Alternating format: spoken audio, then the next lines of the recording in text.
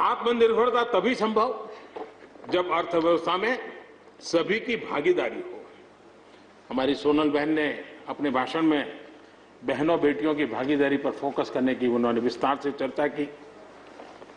Corona काल में चाहे राशन हो, आर्थिक मदद हो या मुफ्त गैस सिलेंडर, सरकार ने हर तरह से एक प्रकार से हमारी माताओं बहनों को असुविधा ना हो इसकी पूरी चिंता करने का प्रयास किया है और उन्होंने एक शक्ति बनकर के इन चीजों को संभालने में मदद भी की है। जिस तरह इस मुश्किल परिस्थिति में हमारे देश की नारी शक्ति ने बड़े धैर्य के साथ परिवार को संभाला, परिस्थितियों को संभाला है। कोरोना के इस लड़ाई में हर परिवार की मातृशक्ति की बहुत बड़ी भूमिका रही है और उनका मैं जितना धन्यवाद करूं उतना कम। बहनों बेटियों का हौसला और मैं समझता हूं कि आत्मनिर्भर भारत में अहम भूमिका हमारी माताएं बहनें निभाएगी, मुझे पूरे विश्वास है। आज युद्ध क्षेत्र में भी हमारी बेटियों की भागीदारी बढ़ रही है। नए जो लेबर कोड बनाए हैं उसमें भी बेटियों के लिए हर सेक्टर में काम करने के लिए समान वेतन का हक दिया गया है। मुद्रा योजना से 70% जो लोन ली गई है वो हमारी बहनों के द्वारा ली गई है, यानी एक प्रकार से एडिशन। करीब 7 करोड़ महिलाओं की सहभागिता से 60 लाख से ज्यादा सेल्फ हेल्प ग्रुप आज आत्मनिर्भर भारत के प्रयासों को एक नई ताकत दे रहे हैं। भारत की युवा शक्ति पर हम जितना जोर लगाएंगे, हम जितने अवसर उनको देंगे, मैं समझता हूं कि वो हमारे देश के लिए, भविष्य के लिए, उज्जवल भविष्य के लिए मजबूत नींव बनेंगे। जो राष्ट्रीय एजुकेशन पॉलिसी आई है उस राष्ट्रीय एजुकेशन पॉलिसी में भी हमारी युवा पीढ़ी के लिए नए अवसर देने का प्रयास हुआ है और मुझे खुशी है कि एक लंबा अरसे समय गया एजुकेशन पॉलिसी पर चर्चा में, लेकिन उसकी स्वीकृति जिस प्रकार से देश में हुई है एक नया विश्वास पैदा किया है और मुझे विश्वास है कि ये नई एजुकेशन पॉलिसी, नई राष्ट्रीय शिक्षा नीति हमारे देश के लिए एक नए तरीके से पढ़ने का विचार दिखा आगे। हमारा एमएसएमई सेक्टर, रोजगार के सबसे ज्यादा अवसर एमएसएमई सेक्टर को मिल रहे हैं और जब कोरोना काल में जो स्टिमुलस की बात हुई उसमें भी एमएसएमई पर पूरा ध्यान दिया गया और उसी का परिणाम है कि आर्थिक रिकवरी में आज हमारे एमएसएमई बहुत बड़ी भूमिका निभा रहे हैं और हम इसको आगे बढ़ा रहे हैं।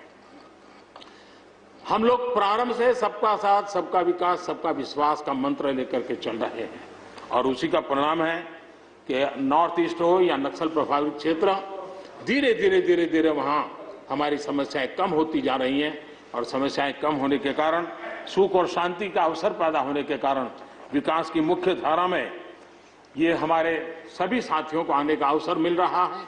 अब भारत के उज्जवल भविष्य में ईस्टर्न इंडिया बहुत बड़ी भूमिका निभाएगा, ये मैं साफ देख रहा हूं और उसको हम पूरी मजबूती से काम रहे। मैं आदरणीय गुलाम नबी जी को सुन रहा था, वैसे भी बड़ी मृदुता, सौम्यता और कभी भी कटु शब्द का उपयोग न करना ये गुलाम नबी जी की विशेषता रही है और मैं मानता हूं कि हम सभी जो सांसदगण हैं उन्होंने उनसे ये सीखने जैसी चीज है और इसलिए मैं उनका आदर भी करता हूं। और उन्होंने जम्मू कश्मीर में जो चुनाव हुए उसकी तारीफ की। उन्होंने कहा कि बहुत लंबे समय से, और उन्होंने ये भी कहा कि मेरे दिल में जम्मू कश्मीर विशेष है और स्वाभाविक भी है, उनके दिल में ये होना, पूरे हिंदुस्तान के दिल में जम्मू कश्मीर उसी भाव से भरा पड़ा हुआ है। जम्मू कश्मीर आत्मनिर्भर बनेगा उस दिशा में हमारा, वहां पंचायत के चुनाव हुए, बीडीसी के चुनाव हुए, डीडीसी के चुनाव हुए और इन सब की सराहना गुलाम नबी जी ने की है। इस प्रशंसा के लिए मैं आपका बहुत आभारी हूं, लेकिन मुझे डर लगता है, आपने प्रशंसा की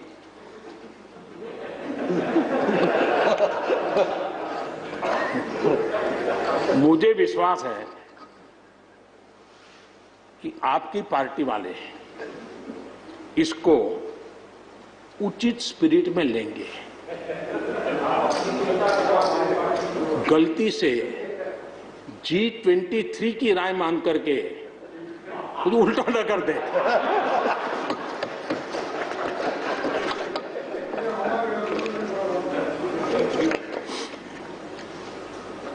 आदरणीय सभापति महोदय, कोरोना के चुनौतीपूर्ण दौर में सीमा पर भी चुनौती देने की कोशिश हुई। हमारे वीर जवानों के हौसले और कुशलता ने सटीक जवाब दिया है और हर हिंदुस्तानी के इस बात पर गर्व होना चाहिए। मुश्किल परिस्थितियों में भी हमारे जवान डट करके खड़े रहे हैं। तमाम साथियों ने भी हमारे जवानों के शौर्य की सराहना की है, मैं उनका आभारी हूं।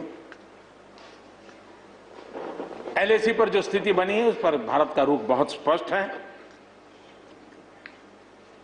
और देश इसको भली भांति देख भी रहा है और गर्व भी कर रहा है।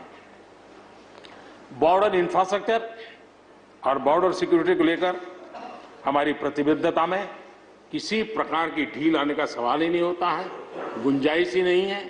और जो लोग हमारा लालन पालन और हमारे विचारों का हमारा उछेर देखते हैं वो कभी इस विषय में हमें सवाल ही नहीं करेंगे। उनको मालूम है हम इसके लिए डटे हुए रहने वाले लोग हैं और इसलिए हम इन विषयों में कहीं पर भी पीछे नहीं है। आदरणीय सभापति जी, इस सदन की उत्तम चर्चा के लिए मैं सबका धन्यवाद करते हुए आखिर में एक मंत्र का उल्लेख करते हुए अपनी वाणी को मैं विराम दूंगा। हमारे यहां वेदों में एक महान विचार प्राप्त होता है और हम सब के लिए 130 करोड़ देशवासियों के लिए ये मंत्र अपने आप में बहुत बड़ी प्रेरणा है। वेदों का ये मंत्र कहता है, अयुतो अहम, अयुतो में आत्मा, अयुतो अहम, अयुतो में आत्मा, अयुतम में चक्षुः, अयुतम श्रोत्रम, अयुतो अहम, अयुतो में आत्मा, अयुतम में चक्षुः, अयुतम श्रोत्रम। यानी मैं एक नहीं हूं, मैं अकेला नहीं हूं, मैं अपने साथ करोड़ों मानवों को देखता हूं, अनुभव करता हूं। इसलिए मेरी आत्मिक शक्ति करोड़ों की है, मेरे साथ करोड़ों की दृष्टि है, मेरे साथ करोड़ों की श्रवण शक्ति, कर्म शक्ति भी है। आदरणीय सभापति जी, वेदों की इसी भावना से, इसी चेतना से 130 करोड़ से अधिक देशवासियों वाला भारत सबको साथ लेकर के आगे बढ़ रहा है। आज 130 करोड़ देशवासियों के सपने आज हिंदुस्तान के सपने हैं। आज 130 करोड़ देशवासियों की आकांक्षाएं इस देश की आकांक्षाएं हैं। आज 130 करोड़ देशवासियों का भविष्य भारत के उज्जवल भविष्य की गारंटी है। और इसलिए आज जब देश नीतियां बना रहा है, प्रयास कर रहा है, तो वो केवल तत्कालीन हानि लाभ के लिए नहीं, लेकिन एक लंबे दूरगामी और 2047 में देश जब आजादी का शतक मनाएगा तब देश को नई ऊंचाइयों पर ले जाने के सपनों को लेकर के नींव रखी जा रही है। और मुझे विश्वास है कि इस काम को हम पूरा करने में अवश्य सफल होंगे। मैं फिर एक बार आदरणीय राष्ट्रपति जी के उद्बोधन के लिए मैं उनका आदरपूर्वक धन्यवाद करते हुए, उनका अभिनंदन करते हुए, सदन में भी जिस तरह चर्चा हुई, और मैं सच बताता हूं, चर्चा का स्तर भी अच्छा था, वातावरण भी अच्छा था। ये ठीक है, इससे कितने लाभ होते हैं, मुझ पर भी कितना हमला हुआ, हर प्रकार से जो भी कहा जा सकता है कहा, लेकिन मुझे बहुत आनंद हुआ कि मैं कम से कम आपके काम तो आया। देखिए, आपके मन में एक तो कोरोना के कारण ज्यादा जाना आना होता नहीं होगा, फंसे रहते होंगे और घर में भी खिचड़ी चलती होगी। अब इतना गुस्सा यहां निकाल दिया तो आपका मन कितना हल्का हो गया।